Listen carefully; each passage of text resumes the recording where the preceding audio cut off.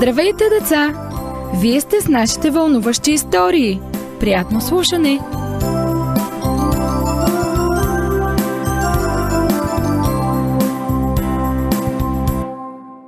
Изведнъж настанала силна буря.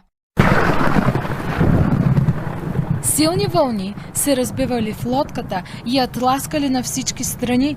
Бурята била много жестока. Моряците здраво държали греблата. Мъжете в лодката били много изплашени, защото знаели колко опасна била такава буря в голямото Галилейско езеро. В онзи момент една силна вълна отново се разбила в лодката. Стихията бушувала и морето се вълнувало. Шумът бил много силен. Възможно ли било тези хора да бъдат спасени? Някои от мъжете в лодката били рибари. Те вече били попадали в подобни бури, но точно тази буря била много по-силна от всички останали досега. Помощ! Потъваме! Докато те се борили за живота си, Исус лежал в лодката и спял. В най-страшния момент от бурята, те отишли при Исус и извикали: Исусе, не те ли е грижа, че може да се удавим? Трябва да ни помогнеш! Потъваме!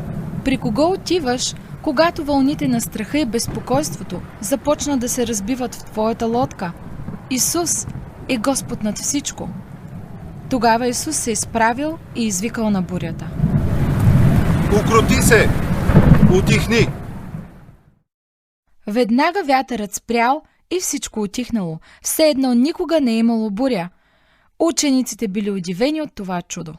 Кой е този Исус? Дори вятърът и вълните му се покоряват.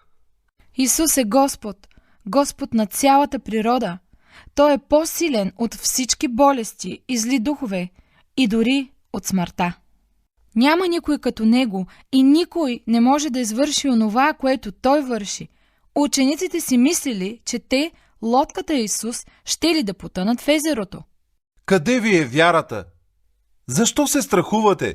Учениците трябвало сами да си зададат въпроса, с който Исус се обърнал към тях. Исус е Господ над вълните в живота ти. Говори с Него и му кажи за вълните в твоя живот. Вълните на нужди, тревоги, проблеми в училище, болести. Исус е Господ. Довери му се и не се страхувай.